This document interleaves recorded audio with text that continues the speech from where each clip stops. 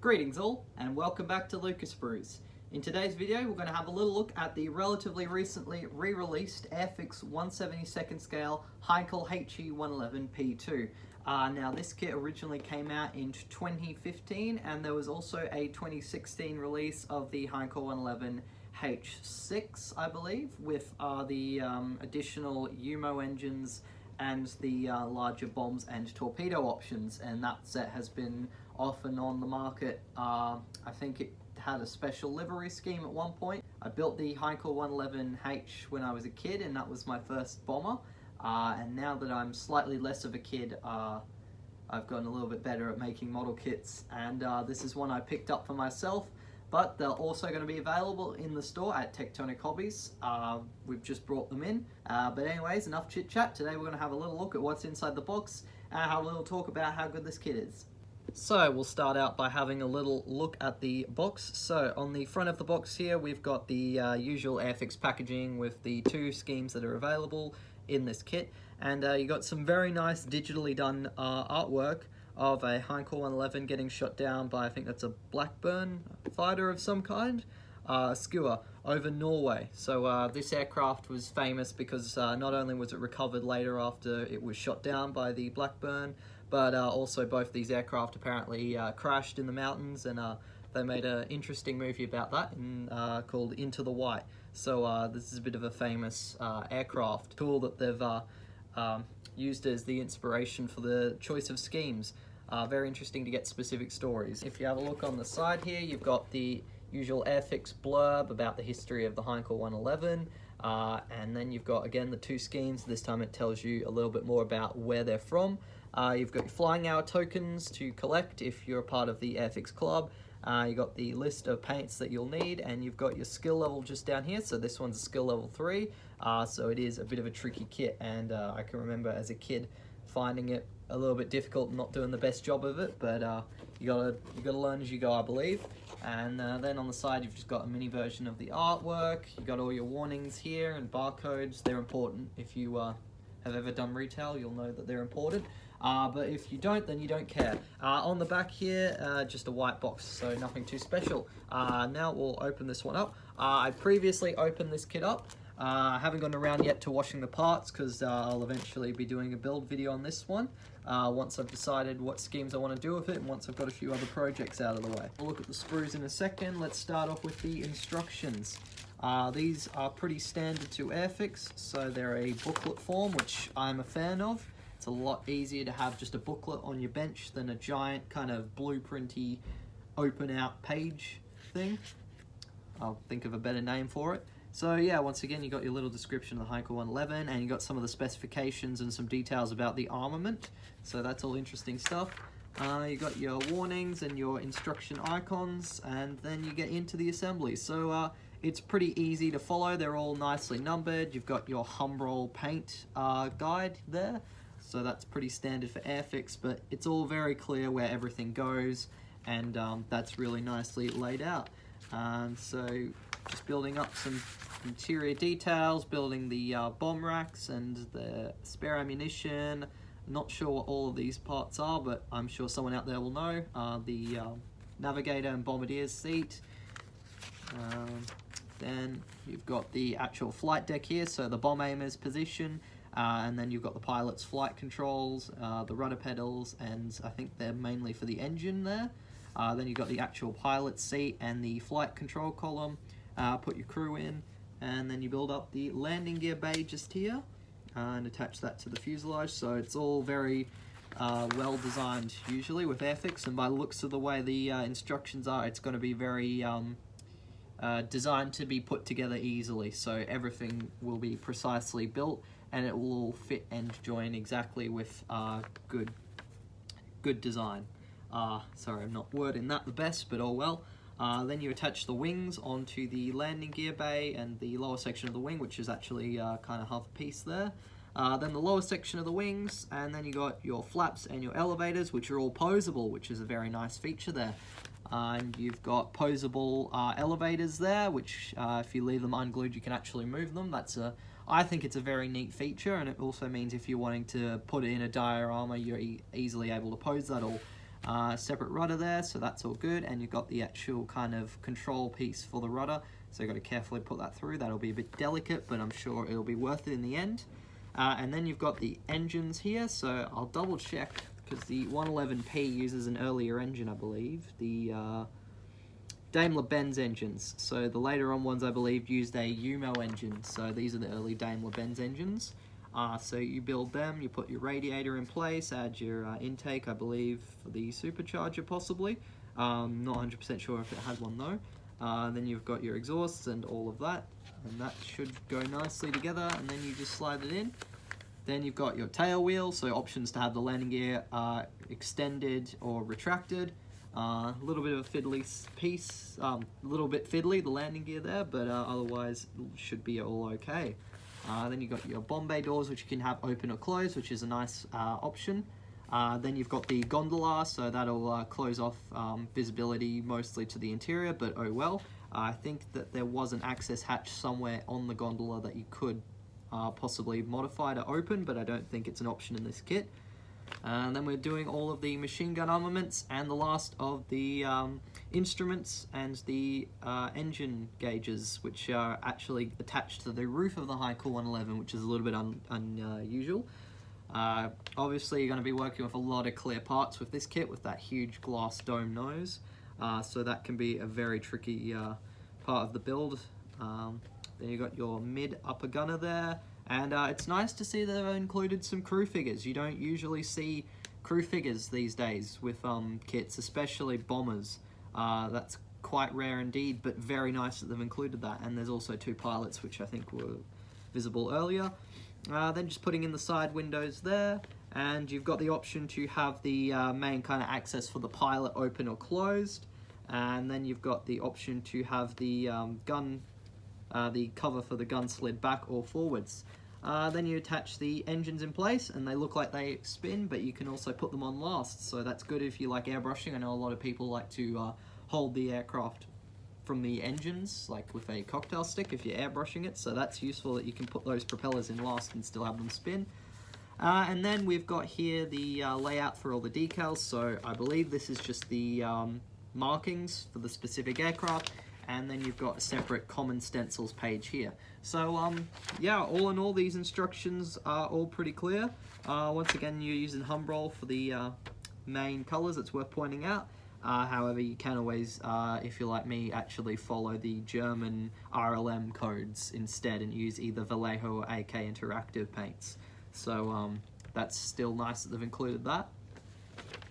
And yeah, common stencils, as I said before. So all in all, I would say the instructions are very nicely laid out. It's very easy to follow what's going on, and all the steps are nice and clear. And now we'll move on to the actual plasticky pieces, all the good stuff.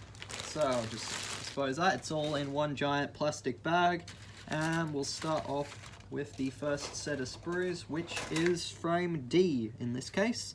So obviously, we've got the rear of the instrument panel there. You got your propellers, some parts for the cockpit, the crew figures, which look a little bit not as clean and crisp as I've seen some Airfix figures, but they're still perfectly serviceable, and it's still just good that they've included them. Otherwise, though, there doesn't appear to be any serious flashing or anything that's going to need too much cleaning up, so it's all quite nice and precisely molded by the looks of things.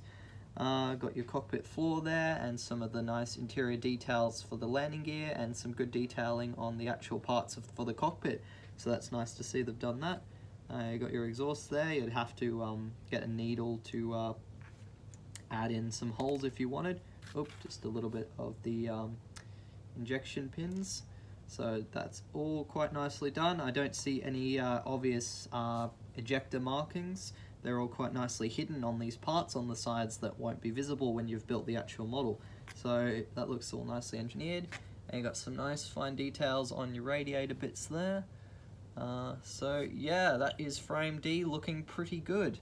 And we'll move on to the next set, which is the actual engines. So this is the Daimler engine, which is on frame E in this case. So you can see you got some different parts for these engines.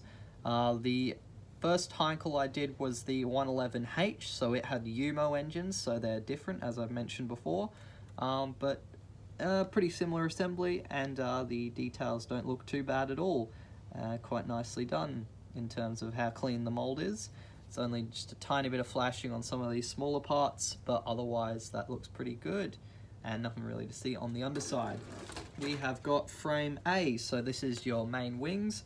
So you can see there's some engraved panel lines, and all of the access hatches for the fuel and the oil and all of that is visible, and you've got a couple of little riveting details around the engine. If you want to actually do individual rivets, you're going to have to do that yourself with a tool if you're a bit of a super detailer, but overall it's pretty serviceable, and it's not too badly done. Wheels, which don't look too bad at all, so it's not outstanding, but it's definitely still very good and up to a good standard. These look like some of the smaller parts for various components. So we've got a set of flaps on the end on frame C, your bomb bay doors, your ailerons, your elevators, landing gear bay doors, which have a little bit of detail on the interior, so that's nice, and the middle section of the wing with the holes for the actual bomb bay. So that's nicely done, and again it's pretty similar to the wing. It's all engraved details with a few rivet lines here and there, but nothing too serious. And finally we've got frame number B. So this has got your main fuselage sections there, so similar to the wings in terms of the level of detail being decent but not outstanding. For a detailer you'd probably want to do a little bit more, but overall it's still very good. There you've got your sections for the bomb bay, and you've actually got some lettering to help you put them in the right way. Here you've got some side details, so you've got all your magazines in there, and all of the radio equipment, which is going to be operated by a radio operator who would sit somewhere there. And then you've got some actual cockpit walls, so some nice detailing with some little fuse boxes there. That's all quite nice actually to see a little bit. And then you've got a rear bulkhead. So yeah, you got surface detail, interior detailing with a few injector pin markings, but you're not even really going to see that in the Heinkel. And you've got the obvious extra remote. I think they were remote control machine guns, or at least they were not operated by a crew member actually sitting in there, but they were added in later, but a bit ineffective I think. And then that's just the floor for the rear section, and a couple more parts for the landing gear.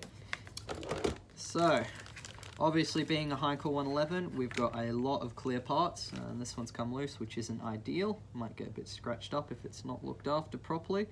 But that's your main piece. As you can see, Airfix have done a wonderful job with these clear parts.